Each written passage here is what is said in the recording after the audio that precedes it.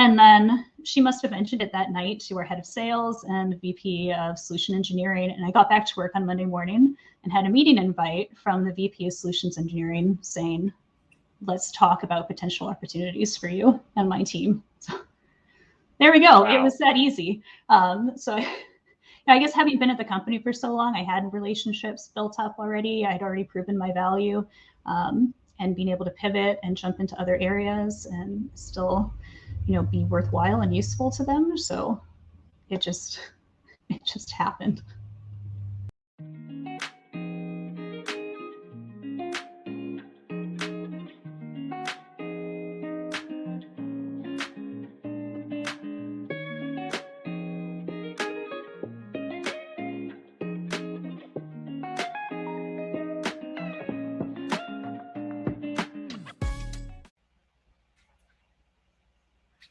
All right, so we are live.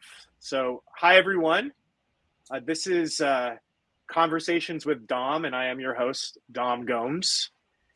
And we are going to dive into all things mentoring today with Maria Robinson, who is my guest. Maria was one of my mentees that I worked with at Pre-Sales Academy, and we still talk every 2 weeks. So Maria, why don't you give a little introduction about yourself? Sure. Well, actually, you and I both have in common Oakland. I grew up in Oakland, in California, and then eventually meandered my way to Canada. I've been up here for about 20 years now, all told, about 15 years in the Vancouver area, dual citizen. Generally, I don't know.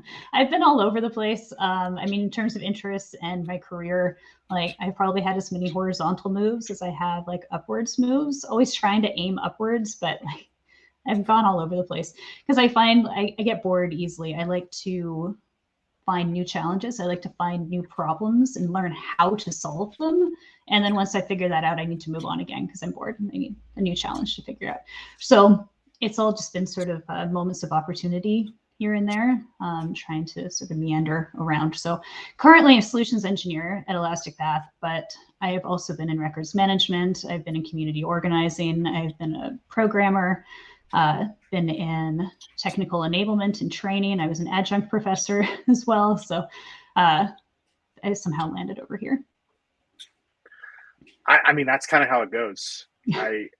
Similar shoes where I've tried a bunch of things. Was never a professor though. Out of curiosity, what did you teach?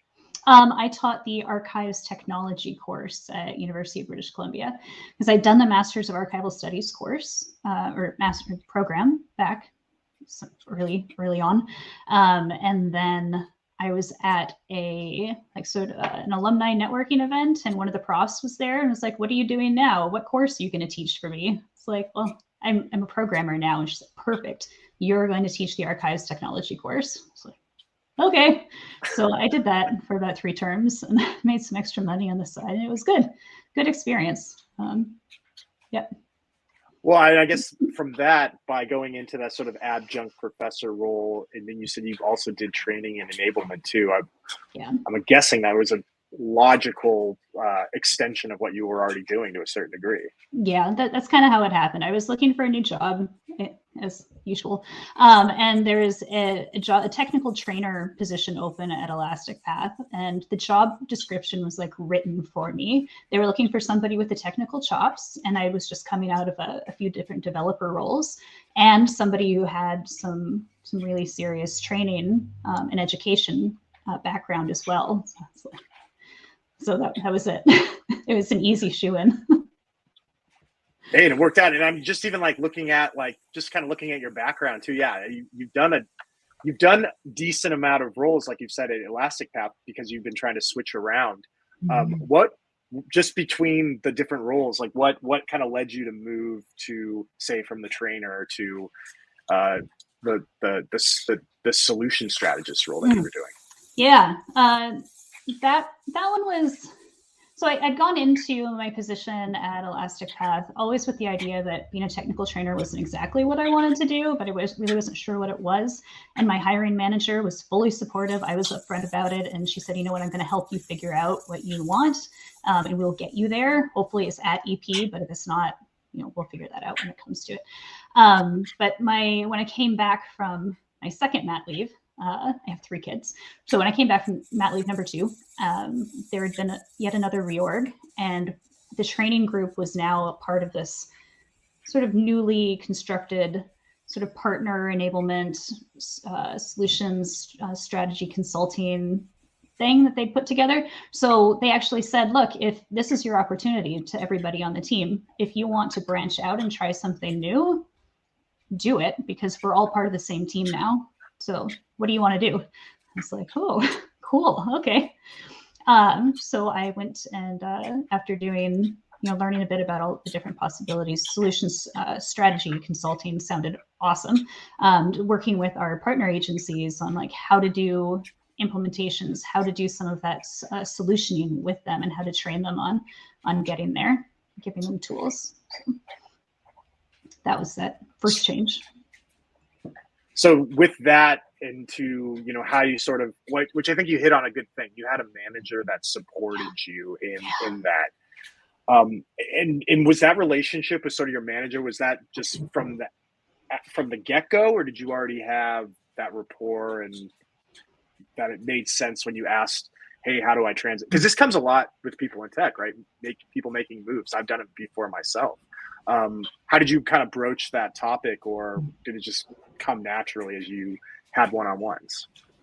A little bit of both. I think I mentioned when I started this role, or the technical trainer role, I didn't actually want it. Right, yeah. So one of our discussions we had during the hiring process itself was, what could this look like for me? What does my career path look like at EP? And she's like, I'm fully supportive. So she was constantly during our one-on-ones asking, how is it going? What skills do you need? Where do you want to go? Is it still here? Is it there? So it was a very open, ongoing conversation. And so when, this opportunity to look elsewhere and, gain some new roles or new skills, and came up. It was I was the first person she came to and said, let's try to discover what your options are here and where you want to go next, because I think this is for you.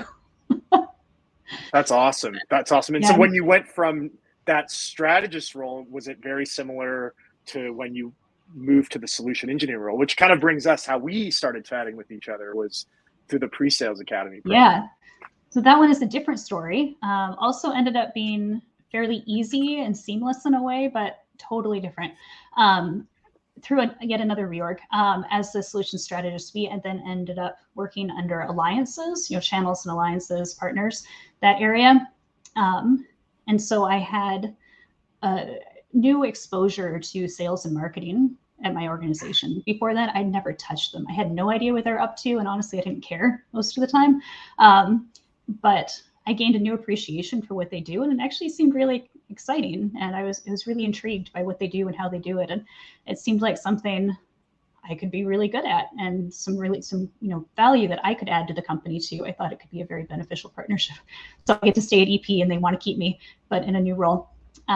So it happened quite quickly. I told my manager, I'm thinking about sales. And he went, oh no, sales. You're not one of them. Like, surely you're not the one dark of those side. I was like, okay, well, I think I am, but we'll come back to that. But then I mentioned it in passing to the VP of alliances, the channels and alliances, because we were at our sales kickoff when I made this decision that I really wanted to move ahead in this area. So we were on our way to dinner. She's like, how's it going? I said, I think I want to do sales. She's like, that's awesome. I will support you in this.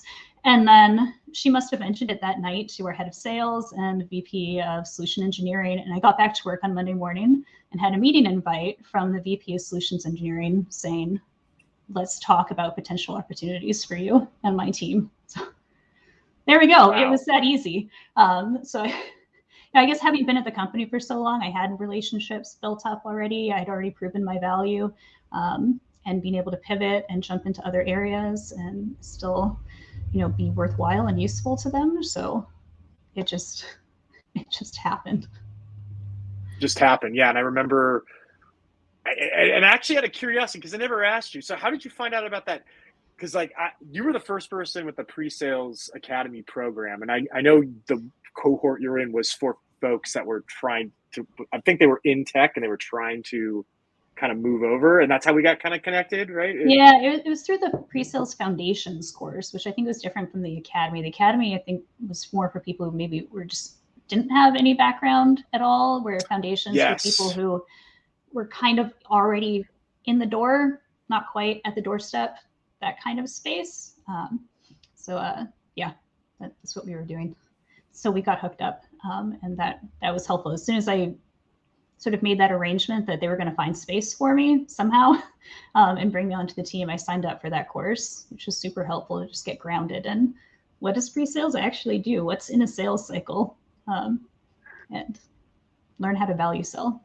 So I knew everything else, like, right? And I had the product knowledge and the training and enablement, sort of being able to speak and teach people about things and have those problem solving conversations. But anyway, had to learn the rest of it. Yeah, and with that, because a lot of people who have sort of that background that you're talking about, where I was just talking about this with another person, is it seems that for the pre-sales route, it seems for most folks, you either had a sales background and you started to become more technical, or you had sort of a technical post-sales background and you started to become more salesy. So in your view, how has it been trying to learn the sales side of things versus, since you obviously know the product? It's been interesting. I think I think like a lot of people, I had the stereotypical view of what salespeople do, and how they don't understand the product and they're always pushing things on people and overselling and not really caring about the actual implementation or the actual project, the actual problem. So it was partly a bit of a hurdle for me to get over that sort of psychologically, like these are the people I want to work with, this is the job. But that's not actually what it is. Like, we're very more relationship based. We are about problem solving. We're trying not to sell too far ahead of the product. So it's been a bit of an adjustment there, but let's see, where was I going with this? What did you ask exactly again? Yeah, I just want to say, when going into more of the sales aspect of things, how's that been going? Has it been a pretty decent transition, or has it been a steep learning curve?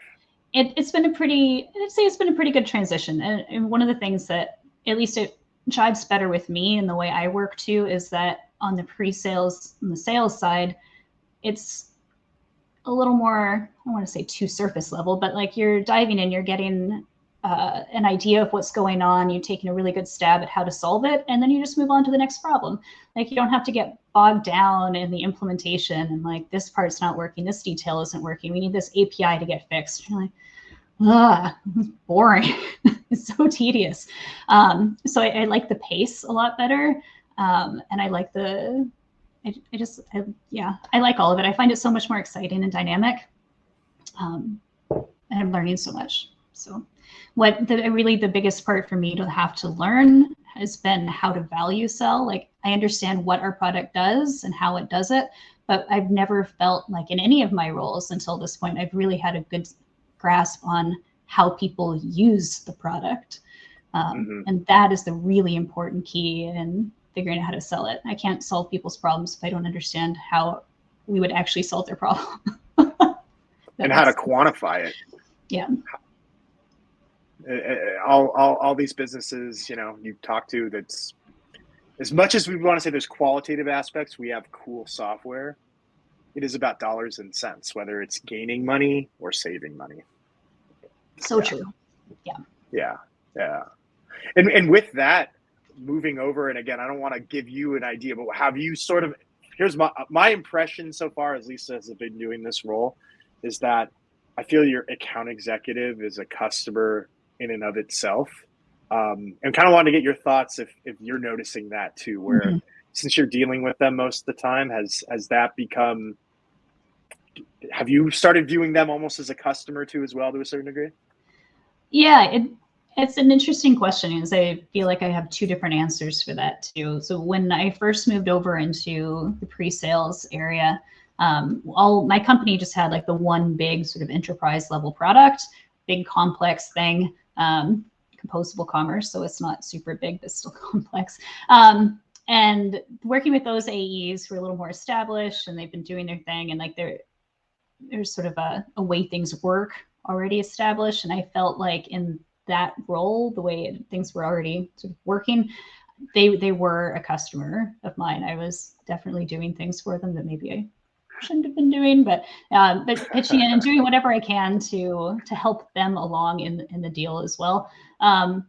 But we recently acquired another product, sort of front end as a service, called Unstack, which is an awesome piece of software. But I have a new AE, and she's just on this, and I'm just on this, and we're working together. And we're both new to the sales organization within our company. She was working in customer success before, and so we're doing this together. Like, this feels much more like a teamwork thing. We're both doing everything in lockstep and constantly consulting each other, and it's fabulous. So I really like the dynamic we have, and I'm hoping I can sort of create that or maintain that when I move back to more, the Commerce Cloud opportunities. No, that's great. Yeah, I mean, I think in my experience, and even when I'm using the term customer, it doesn't mean that they're like, hey, do all this. It's that it's kind of your stakeholder that you're probably the most accountable to, and you'll be talking more always with the AE versus the customer. But kind of that second relationship that you're mentioning, like that's those are the best. Like when you get those types of working relationships where it's, hey, we're a team, we're doing this together, and I'm not viewed as just someone who is just an offering that, hey, this is your job, do it, but we're in this together. Yeah. Those are the most fruitful relationships. And I think that's great to hear that you're having that experience, because I think that's, in my opinion, my favorite part of the job is when you just gel, and then when you get those wins, it's just the most exciting thing ever. Yes. Yeah. That's great. That's great. I mean, with that, kind of going down that path, now that you've sort of been in the pre-sales path, I know you mentioned sales initially. Mm-hmm. So are you thinking account executive maybe in the future, or you're not, or are you liking what you're seeing right now, or you're not sure? I'm not sure right now. That had been my initial goal when I decided I wanted to do sales. I meant become an AE, and my manager was like, "They're not going to hire you for that right now. You have no experience." All right, fine. We'll start you in technical sales now. Yeah, I am. I really am. And I really I'm finding the job very satisfying and very challenging right now. It's meeting everything I need. And it's funny because I talked through the pre-sales collective, through the foundations course, they set me up with somebody else who had been in pre-sales and moved into the AE role somewhat recently. And one of the things he said was like, I didn't understand just how much admin work there was. And I was yeah, whatever. I can do admin work. I'm good at that. But listening and having these conversations with my AE about all the things that she needs to do and get in line, I'm like, sounds awful. I don't want to get bogged down in this stuff. Maybe I should just stay over here on the SE side and do the fun, exciting things. Is it really that? I think, is it worth all of that to be able to be the one to close the deal and get all the money?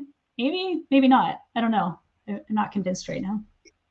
It kind of depends on what motivates you, but I think what you just said there is important, because I always tell people that are trying to get into this role that you really have to understand what an account executive is going through, because I think to operate and be successful in this role, you have to be empathetic to both your account executives as well as your customers. And that's why when I get back to the whole thing about thinking of your AE as a customer, you have to empathize with them, because they might be asking you to do something, but think about all the other stuff that you don't see behind the scenes, exactly what we talked about, like, man, contract negotiations, escalations, trying to quote, which is always a problem at every company I've ever seen, is trying to generate a quote and then getting the approvals for all said pricing. It's a lot.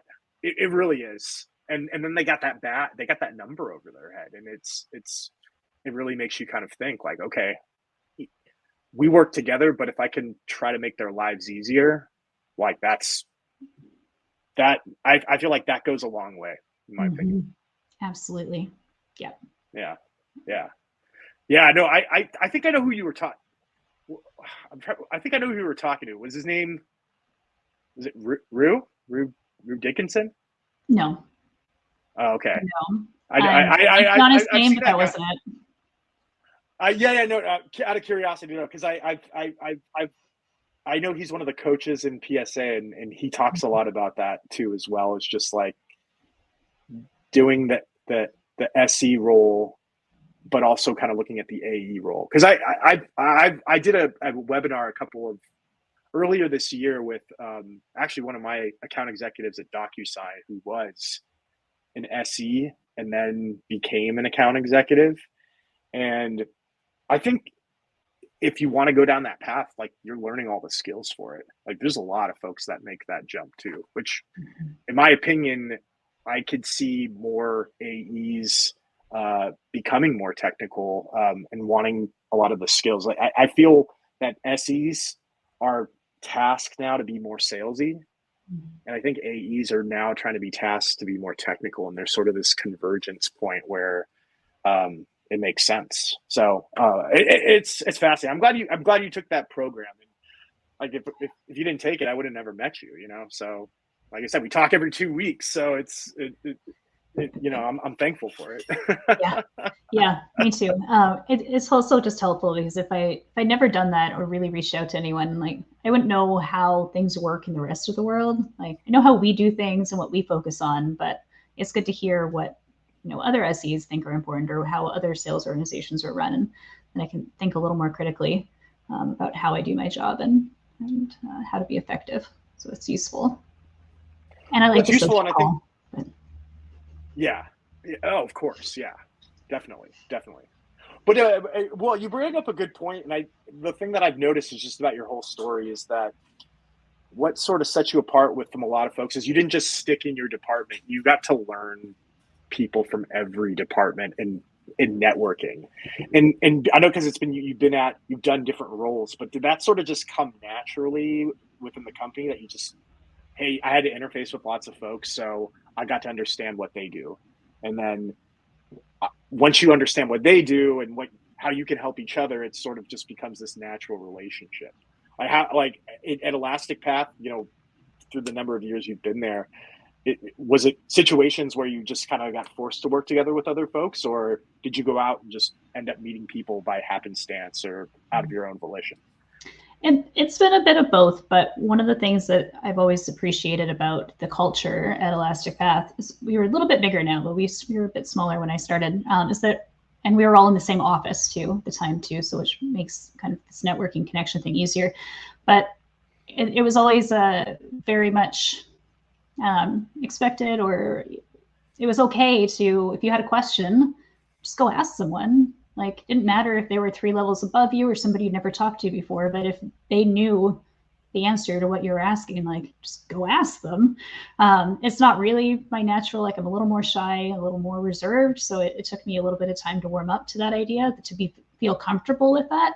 But I am now. And I feel like I know almost everybody in the company, and I just Slack people randomly and ask them questions. And, maybe a little bit more than maybe I'm too familiar. I don't know now, but it's helped though. And I've tried to make an effort to maintain those relationships too. Like I don't just ask somebody that one question that one time, but if I see them again in the kitchen a couple days later, a week later, be like, hey, how's it going?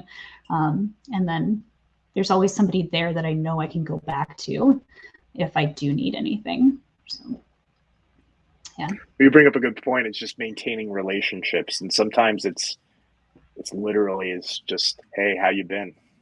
Mm-hmm. Yep. Like, yeah.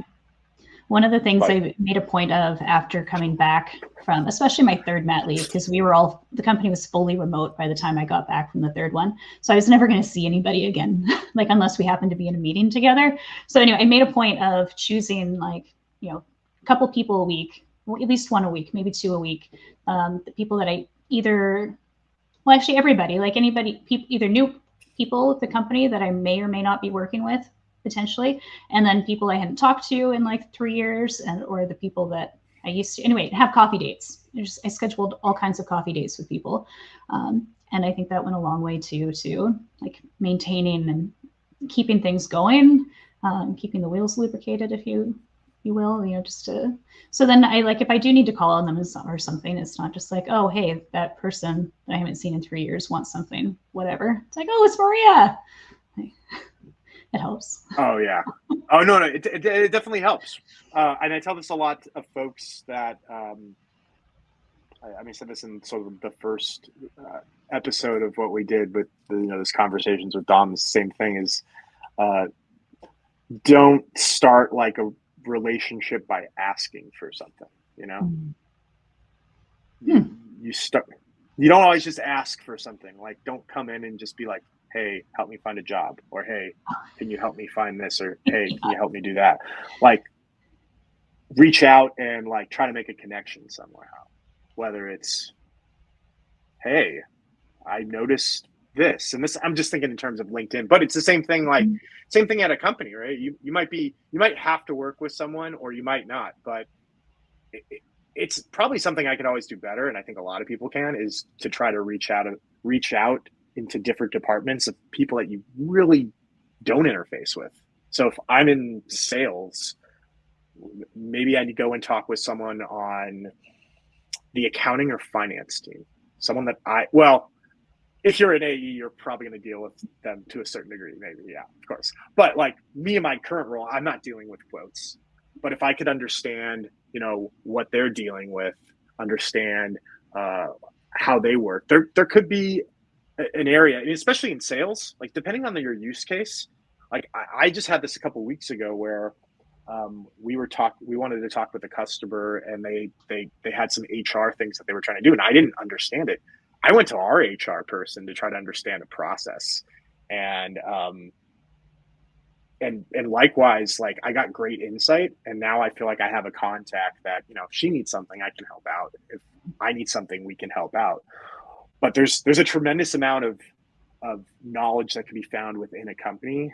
But sometimes it's hard because it's easy to only think about like where I'm at right now. Like, oh, I'm just dealing with sales. I'm just dealing with solution engineers, maybe product. You're probably dealing with product a lot. I know I am too. Yeah.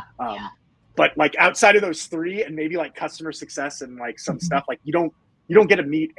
There's a lot of groups you probably don't end up chatting with, but doesn't mean you shouldn't, Yeah, absolutely. Yeah. My company was using, maybe we still are, I think I'm not on it right now. Anyway, Donut. Does your company use the Donut chats? Or they just like in your Slack?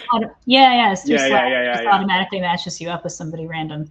And I've always had completely random matchups through that with people I will probably never actually talk to again. But it still is great. I appreciate the opportunity. Yeah, we have that too. I took advantage of it a lot when I first started, but then you know how it is. It's just like you get busy, like super busy, sometimes. But I think everyone needs to.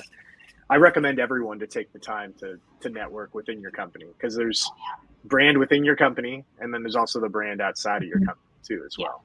Yeah. And just also, you asked about. You were talking about having conversations with people, like to learn things that you need to learn or things that you need, but also sort of related, calling on people to have conversations about job opportunities, or maybe not opportunities per se, but like when I first started having an inkling that maybe sales was kind of interesting, I contacted one of our AEs and was like, look, can we have coffee? And he told me all about sales and all about his role and his journey into sales, which was really kind of inspiring for me, because he came from a technical background. I had no idea you could do that, and to see how he thought about sales. So I wasn't actually interested yet. It's not like I was trying to get anywhere, but it was just a sort of a information finding mission, and people are always happy to talk about themselves too. So if you're curious about how anything works in your company, just ask. It's true.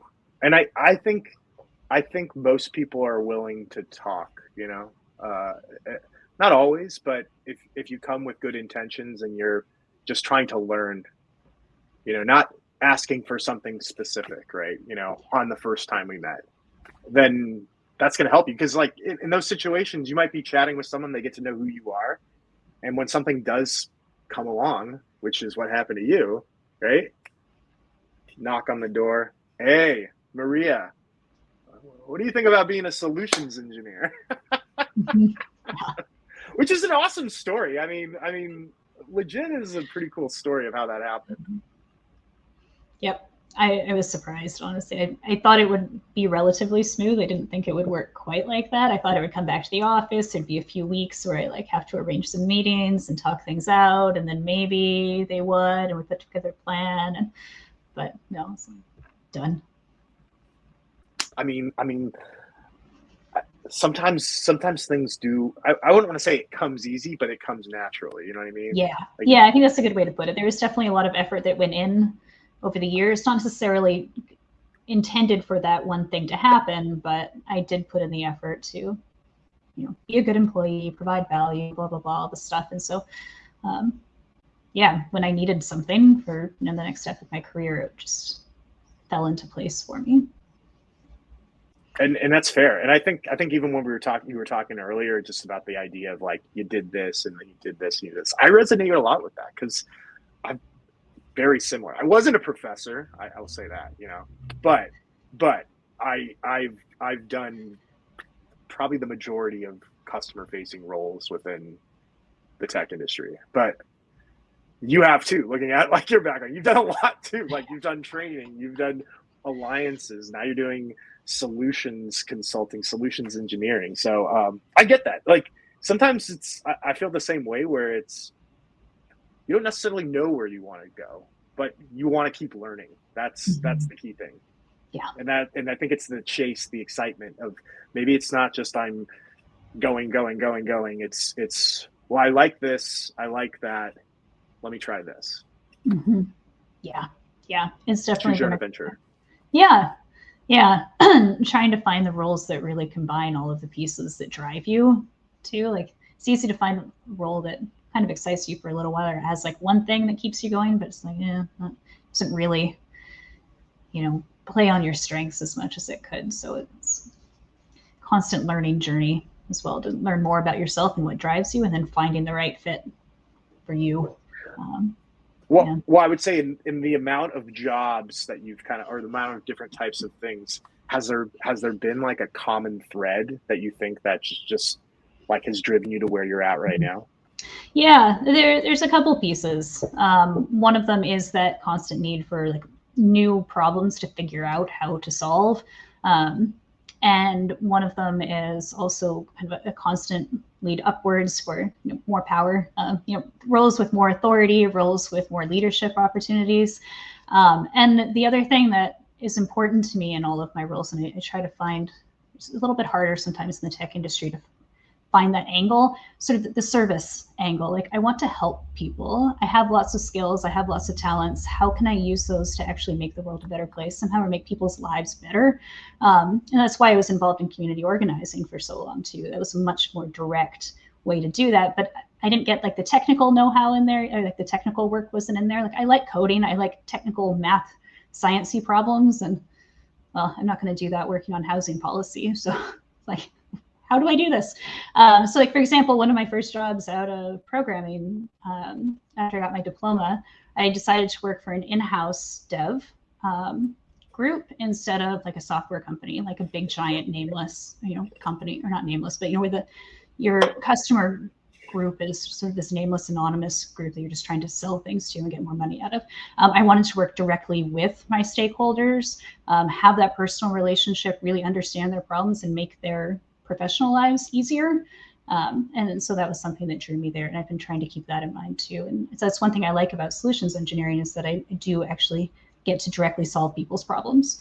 I'm not solving world hunger necessarily, but I am making part of their business and making their business better. So there's that.